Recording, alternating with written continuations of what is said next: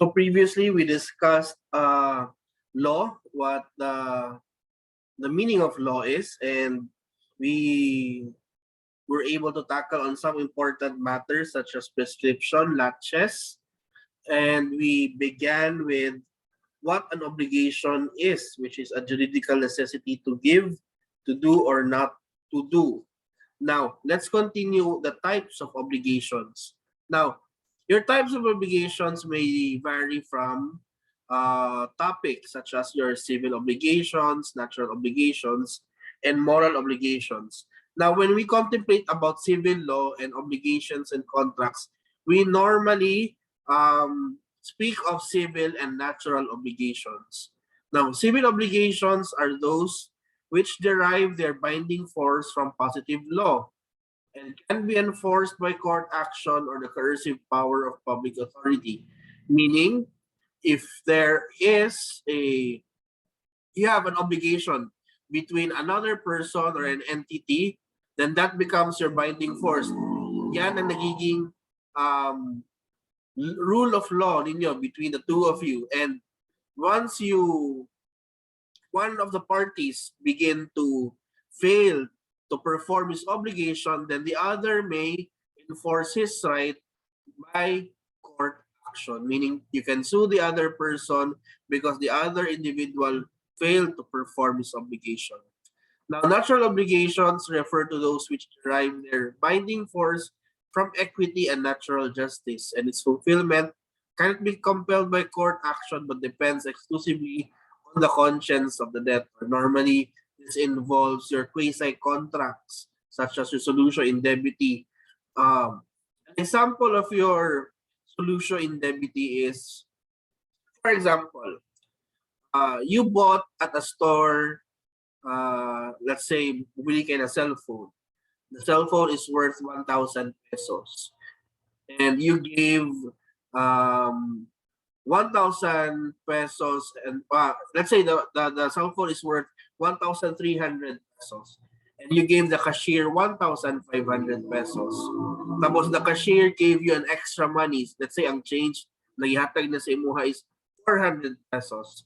Now, the court cannot compel you to return that extra amount kaya ginanghag mo ng cashier. But through conscience of the debtor or through your conscience, you have that natural inclination to perform your obligation, which is to return the excess change. And lastly, you have here moral obligations. Usually, muning mga divine intervention ng mga obligasyon, which is developed by the church and not enforceable in court. It deals with the spiritual obligation of a person in relation to his God and church. So when we contemplate about civil law, when we contemplate about obligations and contracts, normally we only devolve around civil obligations and natural obligations. Now, Article 1157 contemplates your sources of obligation, meaning unsa man ang mga foundation or sources o kanang mga pwede mugawas ang imong obligasyon.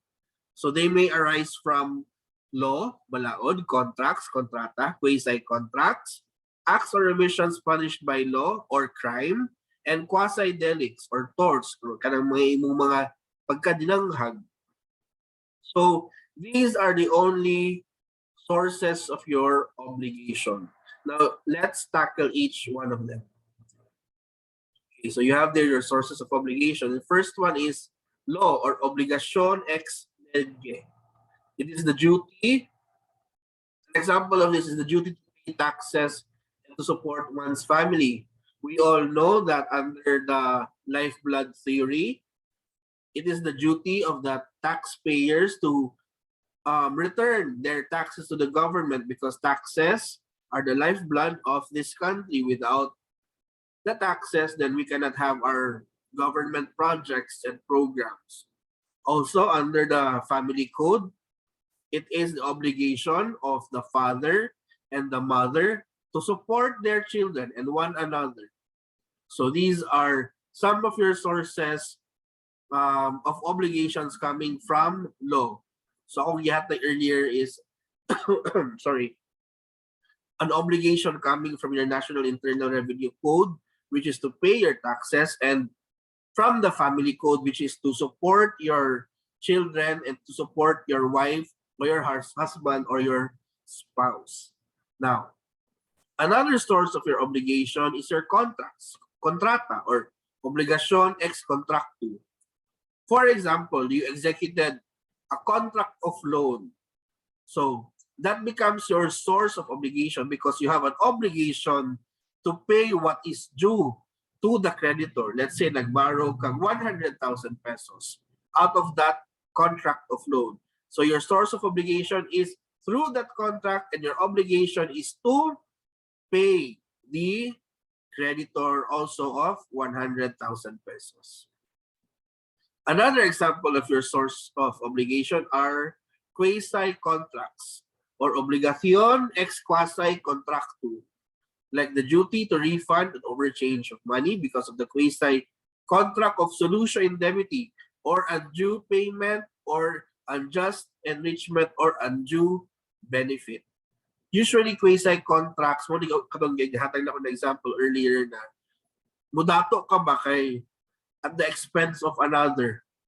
So you have the duty to return what is in excess kay ano man, it's quite unfair on the part who gave you that extra benefit. So di ba maluwi ka sa kahera, for example, gihatagan kag extra change, ang madawat magin-ana ang kahera, siya magin ang mubayad sa iyang employer if there is a short change of money. So di ba? It's your conscience who will drive you crazy if you will not give that back to your to what is due. Fourth is you have your crimes or acts or omissions punishable by law. So these are obligations ex manifesto or ex delicto. So for example, you were charged with the crime of actually if you steal a carabao, this is already anti-cattle rustling law. But say, for example, you stole a carabao. So there is you were filed with a case for theft.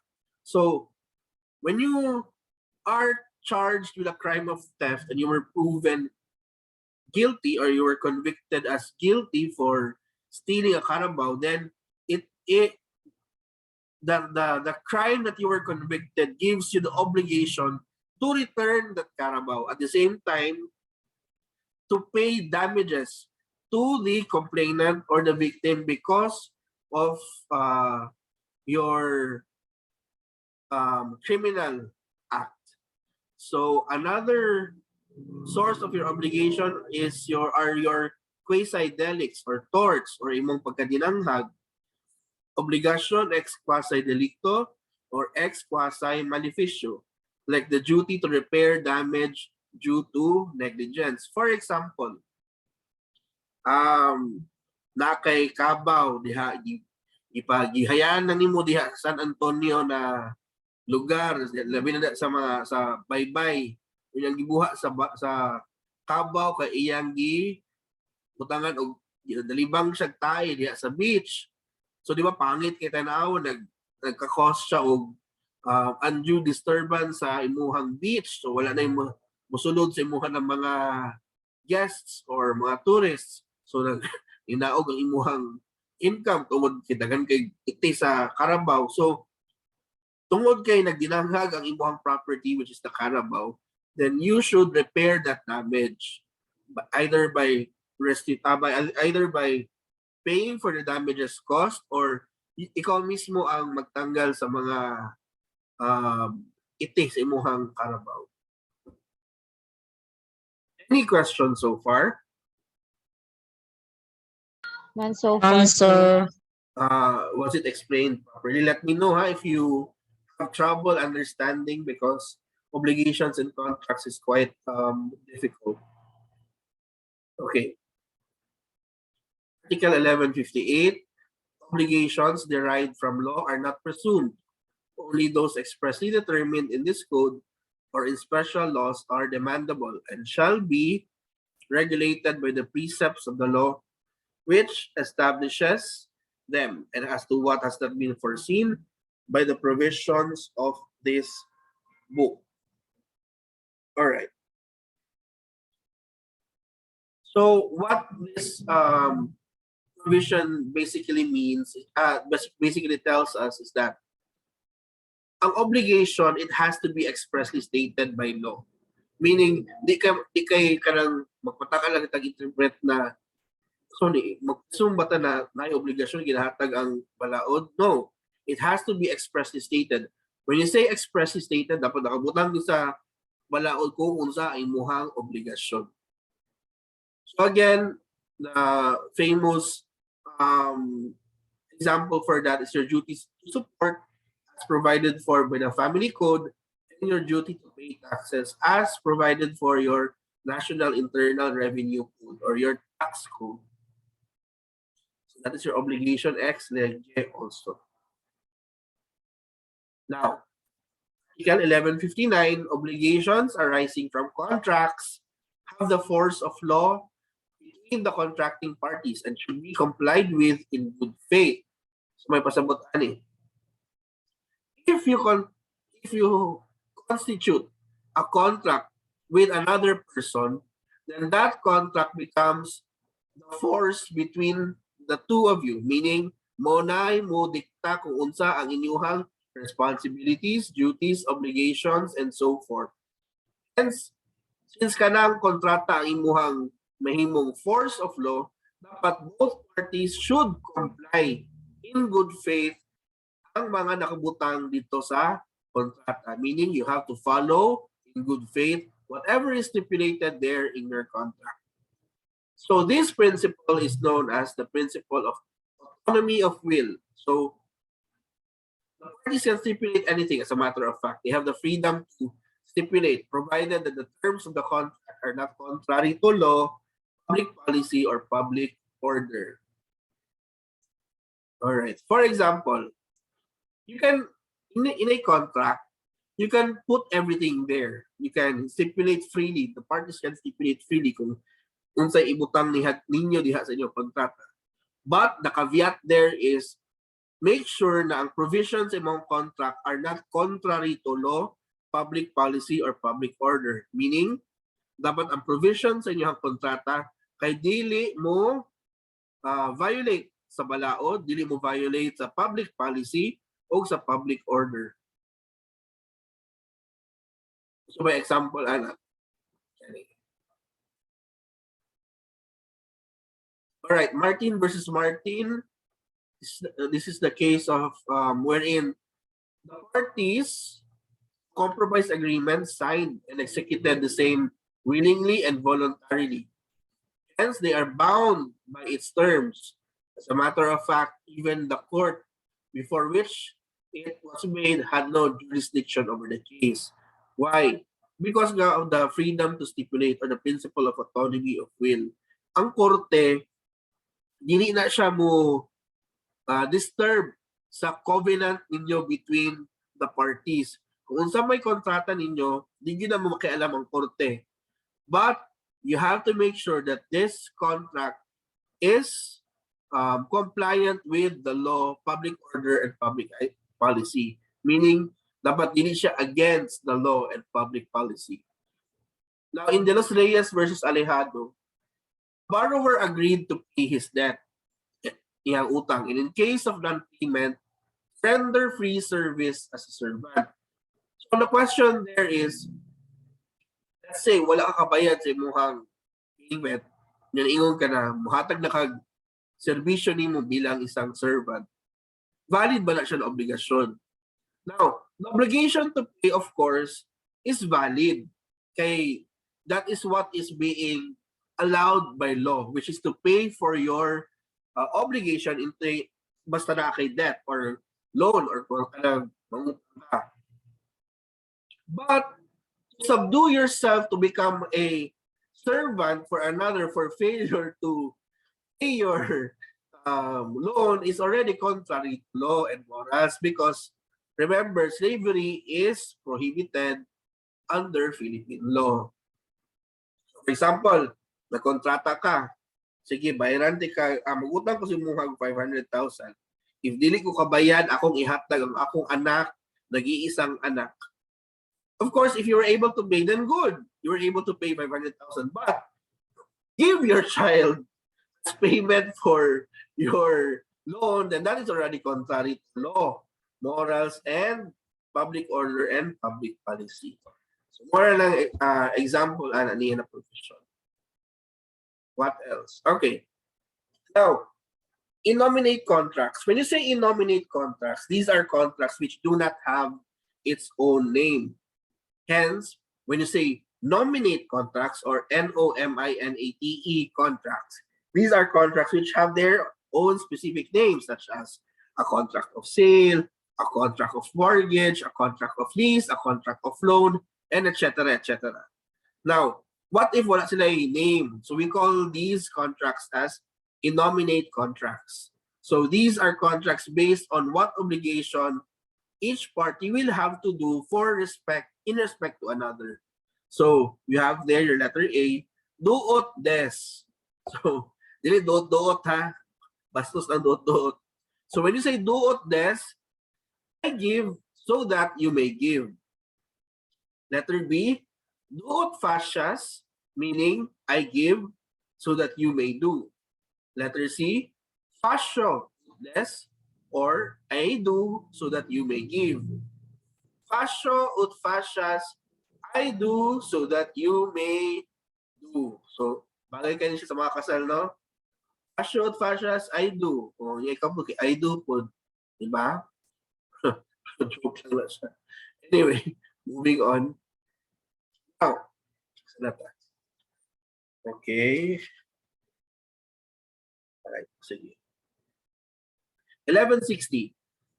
Obligations derived from quasi contracts shall be subject to the provisions of Chapter 1, Title 17 of this book. So, what is a quasi contract? So, a quasi contract is that juridical relation resulting from a lawful, voluntary, and unilateral act, and which has for its purpose the payment of indemnity to the end that no one shall be unjustly enriched or benefited at the expense of another. I've already given an example, but this slide will give you further knowledge about it. So there are two principal kinds, negotiorium gestio, or unauthorized management, and solution indemnity, which is undue payment, which you have already encountered earlier. Now, under negotiorium gestio, or unauthorized management, your example here is, it takes place when a person voluntarily takes charge of another's abandoned business or property without the owner's authority. So reimbursement must be made to the gestor for necessary and useful expenses as a rule. So sa may example, ano okay. For example, si X went to Baguio with his family without leaving somebody to look after his house in Manila. So, while in Baguio ning si X, big fire broke out. Karon si aning fire ni raise sa balay ni X. Pero katong silingan ni X na si Y, niadto siya sa balay ni X ug gi-save niya ang some of the properties that were damaged. But in trying to save the house of X, Y incurred some expenses. For example, buhat niya, nagpa-repair niya ubang damaged walls or damaged windows or doors ni X. Katungod fire broke out man. So ipaayo niya. Dapat ang buhaton ni X is to reimburse Y. Maski walay consent on his part because of the principle negotiorium gestio or unauthorized management. Meaning, ikaw, kabubuton nimo na mo-manage sa kanina propriedad because somebody is not left there or walay nag-take care. So, instead na ma-raise nito the ground, ikaw nitabang ka sa pag-rehabilitate ana. So, That is an example of your negotiorium gestio. Next is your solutio indebiti or undue payment. So this takes place when something is received, when there is no right to demand it. It was unduly delivered through mistake. So the recipient has the duty to return it. So I have already given an example like a storekeeper change. If I let a storekeeper change my 50 peso bill, and by error he gives me an extra 50 pesos and 60 cents, I have the duty to return the 60 centavos because we as individuals are unjustly enriched by 60 centavos. So you have to return that extra enrichment because we do not want others to be unjustly poor at the expense of our dishonesty. Any questions so far? None so far, sir. All right. Sige. So example, UST Co-op versus City of Manila. So the UST Co-op is tax exempt, meaning they need not pay taxes to the government because its assets are not more than 500,000 pesos. Now, it paid taxes to the City of Manila, not knowing that it was tax exempt. Now, the question here is, or the issue here is, can UST Co-op successfully ask for a refund? Now, the answer there is yes, of course, because the payment is not considered voluntary in character. Clearly, the payment was made under a mistake. Plus, by virtue of undue payment,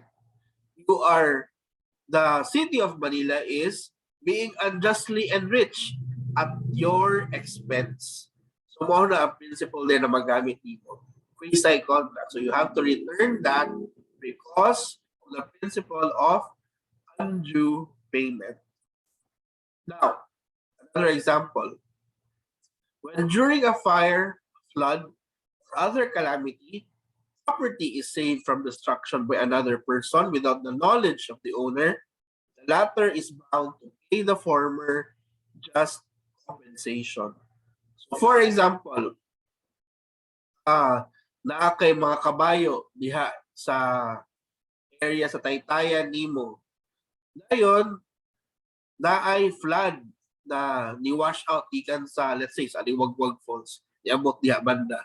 Pero ang giniuhat sa imong silingan kay gipang save niya ang imuhang mga karabaw o imong mga kabayo diha sa Taytayan. So let's say naka-incur siya og expenses. Kaya kinahanglan naman nimo kaunon ang kabayo, kinahanglan nimo magbuhat og fence para sa kabayo para sila mudagan towards the raging flood. So naka-incur og expenses ang nagsalbar. So as owner, you have to pay that savior compensation for saving your property, for saving your horses, for saving your carabaos, and also for him incurring expenses just to save your property. Klaro or naipangutana? Wala, sir. Wala. All right, let's move. Are we moving too fast or tama lang? Sakto lang, sir. Sakto lang. Okay. Sakto lang, sir. All right, sige. Dapat article ni ha, jadi RT. Article 1161. Civil obligations arising from criminal offenses shall be governed by the penal laws subject to the provisions of Article 27.7 and of the pertinent provisions of Chapter 2, preliminary title on human relations, and of Title 17, 18DI of this book, regulating damages. Sabay na ito siya with 1162, which is obligations are derived from quasi delicts shall be governed by the provisions of Chapter 2, Title 17 of this book, and by special law. So, kung sa may pasabot sa quasi delict. So, your quasi delict is another term for tort or culpa achilleana or dinanghag The act of negligence wala siya. For failure to take care. Now, a quasi-delict is a fault or act of negligence or omission of care which causes damage to another, there being no pre-existing contractual relations between the parties. So negligence, you have to remember this terminology. It is the failure to observe for the protection of the interests of another person that degree of care, precaution, and vigilance, which the circumstances justly demand, whereby such other person suffers injury. So another way of saying it is that negligence is the omission of diligence, which is required by the circumstances of person, place, and time. Now, negligence is either magtinanghag ka or um, failure to take care of something. Omit mo na mag-alaga or take care of something. Okay.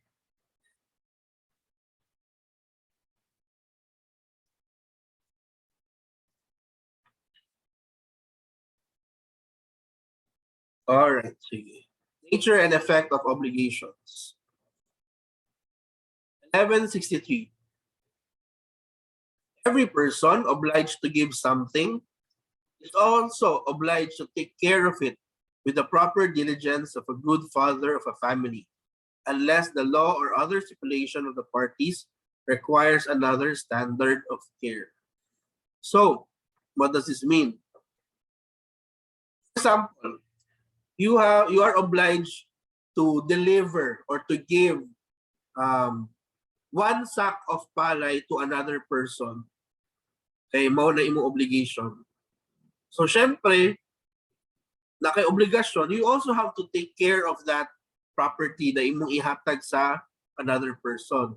You have to exercise diligence of a good father of a family. Now, kaning diligence of a good father of a family is your normal diligence, meaning mura na kag padre de pamilya. You have to take care of the thing. You have to make sure that it's well fed if it's livestock or kind of good. Now, unless the law or the stipulation of the parties requires another standard of care. Now, pasabot ani ng balaod is when you are required to deliver or give something to another, dapat ang normal, at least pinaka-least diligence na imong i-exercise is that diligence of a good father of a family. But, kung ibutang nyo sa kontrata na dapat mas higher level of diligence ang imuhang i-execute, then you have to put that into writing and that should be observed. Now, diligence needed. That is which required by nature of the obligation and corresponds with the circumstances of person, time, and place. This is really diligence of a good father of a family. Now, wala akong iingon na if gusto nyo na, let's say, usa man yung mga diligence na dapat mas higher ang calling, kaning mga public transportation, such as your buses, your airlines, ship, kasi ang diligence, di ba? Although, obligation, lahat siya na obligation, kaya obligation sa mga public transport, you have to be safely transferred from one place to another. So since we're dealing with lives, dapat higher ang requirement na diligence and hindi lang kay diligence of a good father of a family. Article 1164. The creditor has a right to the fruits of the thing from the time the obligation to deliver it arises. However, he shall acquire no real right over it until the same has been delivered to him. What kinds of fruits? All right, wait lang ha.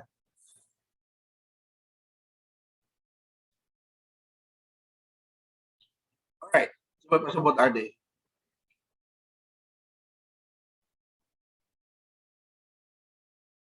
You have two set of rights here.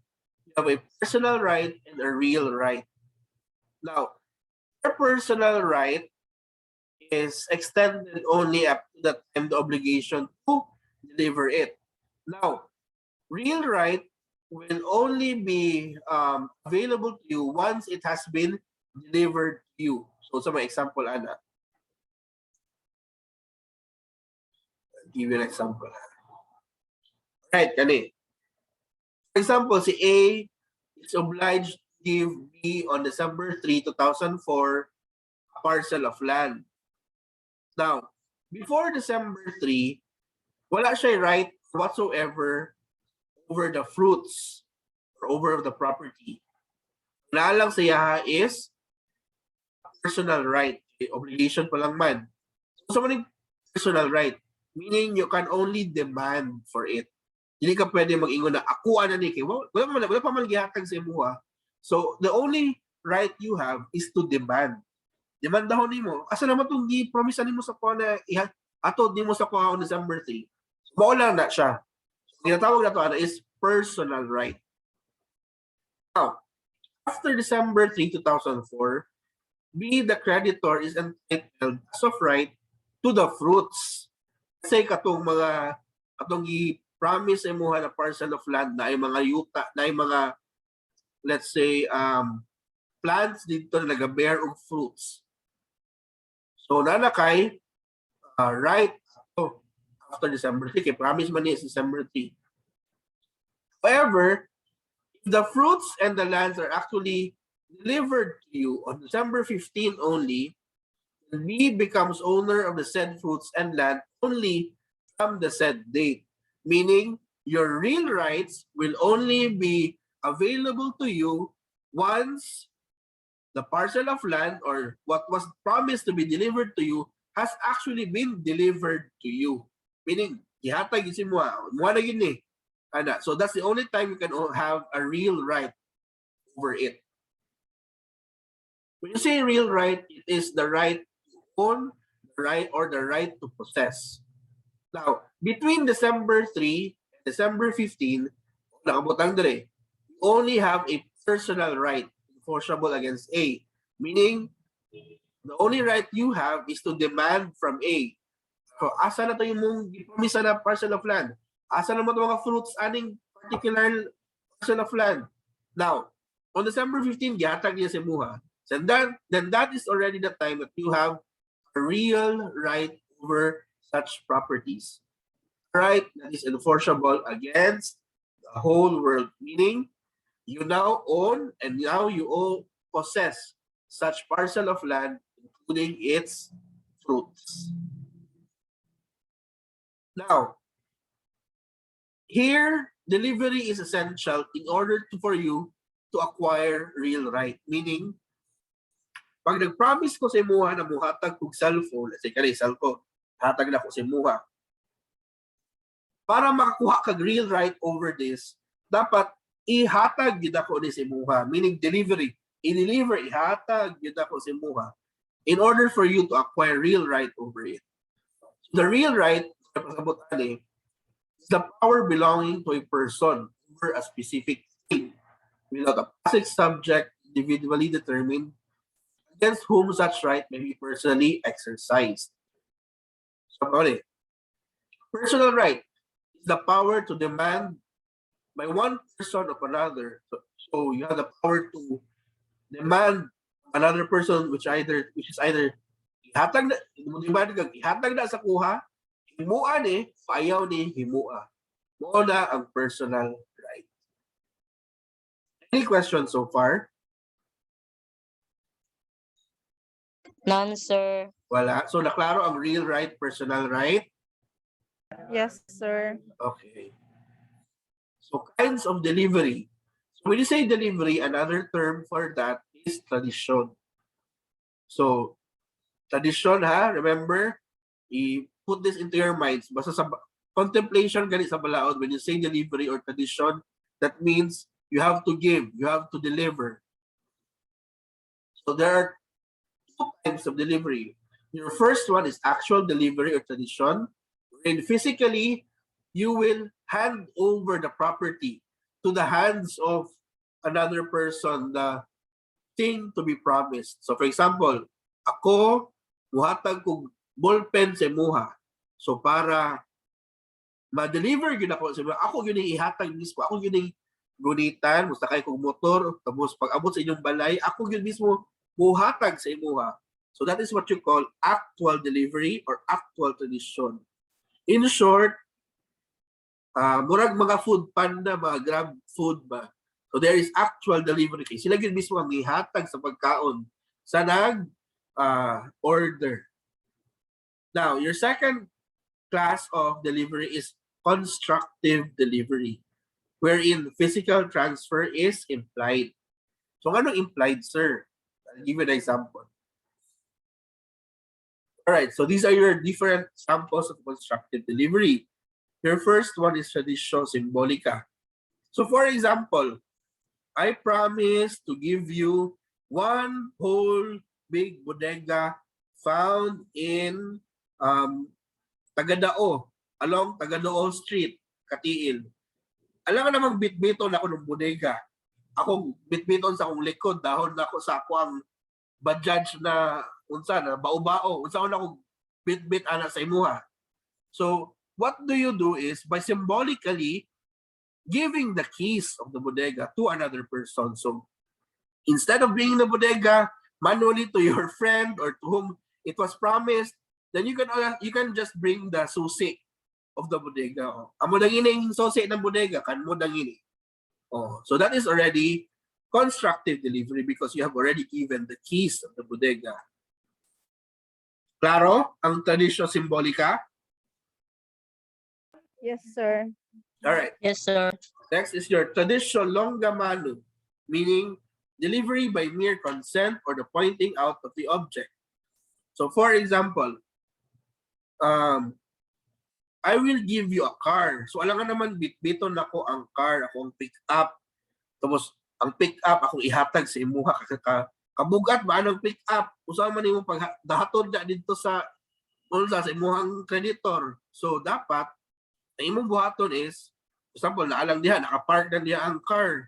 All you have to do is, mauna na siya. O imuha na ng car. All you have to do is just point at it.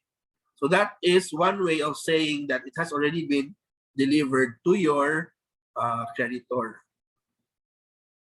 Next is traditio brevi manu, delivery by the shorthand.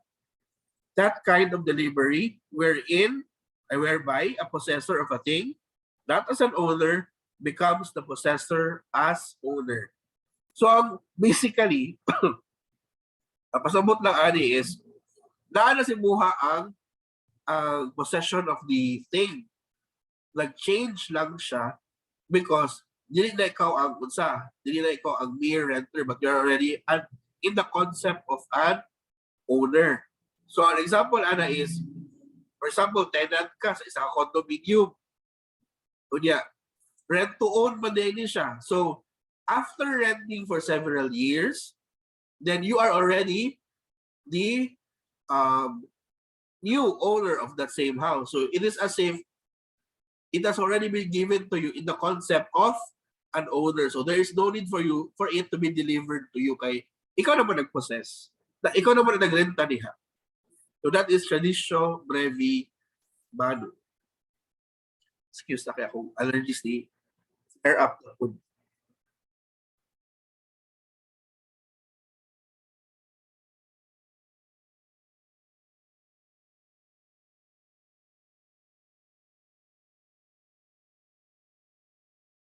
Right, sorry about that. Okay, let's continue. Traditio constitutum possessorium. So this is the opposite of brevi manu. Thus, the delivery whereby a possessor of a thing as an owner attains possession no longer as an owner but in some other capacity. Like a house owner sells a house but remains in possession as tenant of the same house. So this is the opposite of your brevi manu. So for example, you have a house and you want this house to be sold to another person. So you sold it. But you retain possession over it because sige, baligyan ako sa buha, but I want to become a renter of a portion of this land.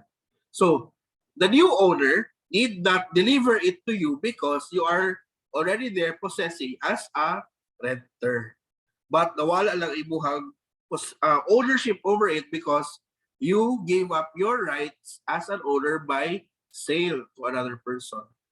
So, mao na tradition constitutum possessorium. And lastly, tradition by the execution of legal forms and solemnities. So, for example, usapan mo yung paghatag sa parcel of land to another person. So, mag-execute mo og deed of sale.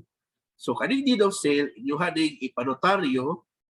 When you say public instrument, it means it is notarized, ha? Para di mo maglibog. Public instrument means an instrument or a paper with writings on it which has been notarized by a notary public. So, kung somebody mo paghatag ana sa new owner, all you have to do is just present the public instrument or the notarized instrument to the new owner in order for you to deliver the property already. So there's no need for you to carry the entire parcel of land to another person. So it makes the transfer or the delivery convenient. Wala na atay mga constructive delivery. Para convenient ang pag-deliver to another person. Dahil pangutana or dahil mga topics na medyo questionable, wala mo kasabot.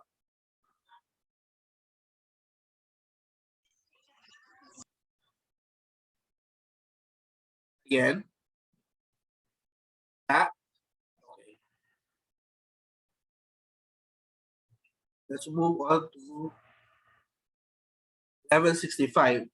So, when what is to be delivered is a determinate thing, the creditor, in addition to the right granted him by Article 1170, may compel the debtor to make the delivery. If the thing is indeterminate or generic, he may ask that the obligation be complied with at the expense of the debtor. If the obligor delays or has promised to deliver the same thing to two or more persons who do not have the same interest, he shall be responsible for fortuitous event until he has effected a delivery. So, what is siya ha? From the viewpoint of the subject matter of the obligation, obligations are divided into real obligations and personal obligations. So, when you say real obligations to give, you will give a specific thing, or you will give a generic thing, or example ha, to give a specific thing, I will give you a car with plate number 1, 2, 3, 4, 5 and chassis number 6, 7, 8, 9, 10. So very specific. Kana lang yun siya, nag-iisa. But when you say to give a generic thing, I'll give you a notebook. Pagkagaba, di ba? You can give any notebook. It's for the sake of saying that notebook. Wala ba kayo? Wala ko lang. Bakuho ng notebook. Ikani ng notebook. So just notebook. You can give any notebook. Now, when you say personal obligation, it is obligation to do or not to do. So, saan natin mag-apply, Adi? First, we have to determine what is a specific or determinate thing is. So, a thing is said to be specific or determinate when it is capable of particular designation. So, muna ako, example niya is, I will give you a car with plate number 1, 2, 3, 4, 5, and chassis number 6, 7, 8, 9, 10. So very specific. Whereas your generic or indeterminate thing is generic when it refers only to a class, a genus, and it cannot be pointed out with particularity. So example for that is, I will give you a book, I will give you a notebook, I will give you a pen. So these all belong to a certain class.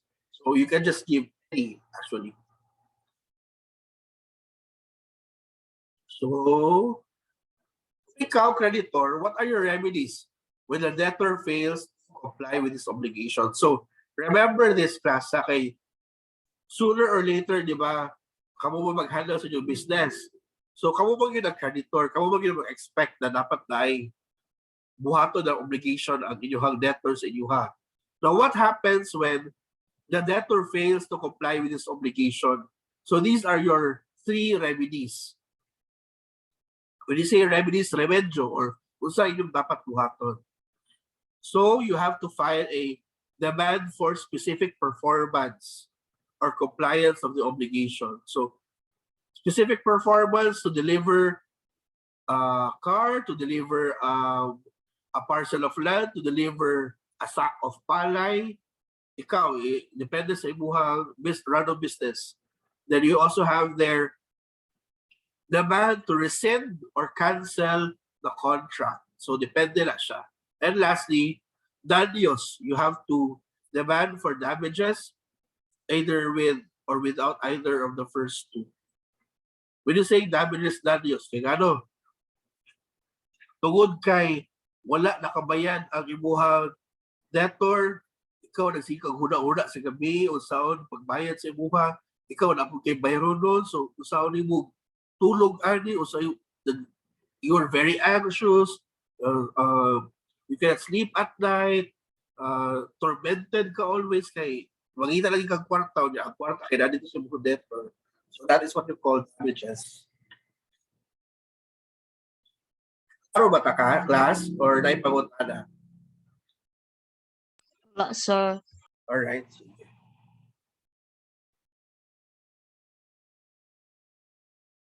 Effect of fortuitous events. So, first we have to define what is a fortuitous event. A fortuitous event is an event wherein it is an act of God. When you say fortuitous events, kanang, for example, sorry ha, kanang Bagyong Pablo, kanang binuhatan magina sa Ginoo, di ba? Kanang Bagyong Pablo, maski sakit sa to kinabu. Paminahon siya, kita, biktima mo kita ni Bagyong Pablo, di ba? Nakaguba ang entire Baganga, Boston, Katiil, di ba? Isa pa, tsunami, isa pa, earthquake, kana. These are what you call fortuitous events or events that are an act of God. Only God can do it. So, why do we need to make important difference between a specific and generic obligation? Because naturally or as a rule, a specific obligation, that is an obligation to deliver a specific thing, is as a rule extinguished by a fortuitous event. For example, I promise to give you a car with plate number 123-456 with chassis number 78910 on, let's say, February 14, 2022. But on February 14, 2022, Siba ko palayo, magnitude 9.0 na earthquake. So I wasn't able to deliver the promise car to you because of the act of God. So pagka February 15, iyo ka, saan naman itong i-promise na rin mo na car? Iyo na ko, sa ilalong sa youth, kay ikao na sa youth, kay nag-earthquake ba yan? Hence, you can no longer demand from it because the obligation to deliver that thing is already extinguished because of the act of God. However, pag ang obligasyon ako is of a generic thing, then dili siya ma-cancel or dili siya ma-extinguish by fortuitous events. Let's use the same example. I promise to give you a ball pen on February 14. But on February 14, what happened was there was another bagyo, let's say Bagyong Lenny. So Bagyong Lenny ravaged Boston, Sibako-Palayo, Katiil, Sibako-Palayo, Baranga. So why nabilin? So ang ballpen, abot na nausa siguro siya na napalid sa ulan or sa hangin. So will that cancel your obligation to give on February 14 and 15 and so forth? Of course not. Because the obligation to give a generic thing is not extinguished by fortuitous events. Kinahanglan gihapon ni mo deliver og ballpen on the 14th or on the 15th. Naklaro ta? Yes, sir. Are. Yes, sir. Very good. Wait ha. Okay. Akong allergies. Napagod ko sa office and then the aircon is nagabugag dust. My God. Wait.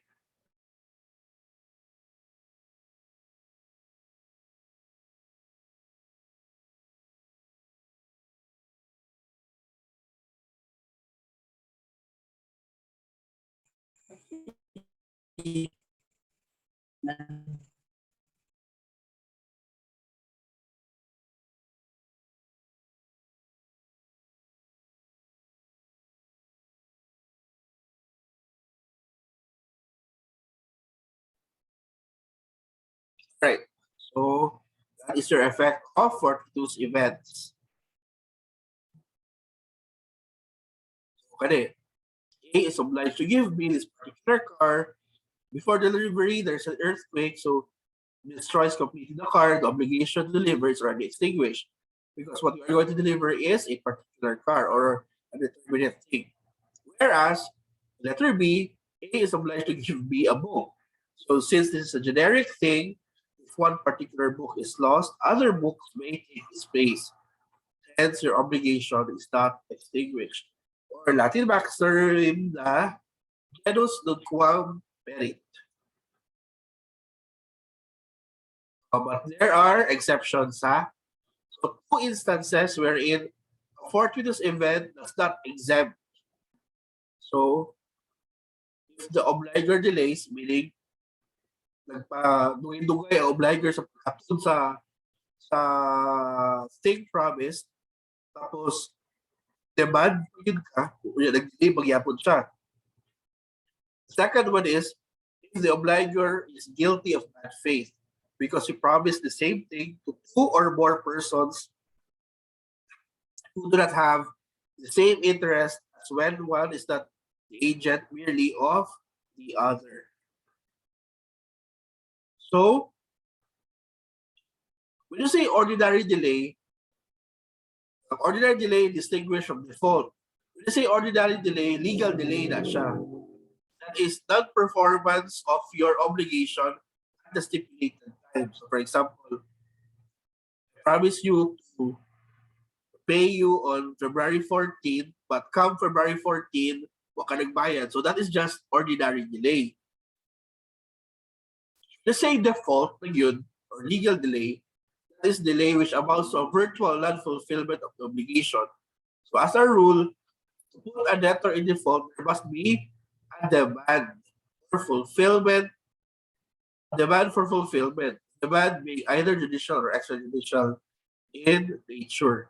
So sa may lesson na makuha ninyo from this.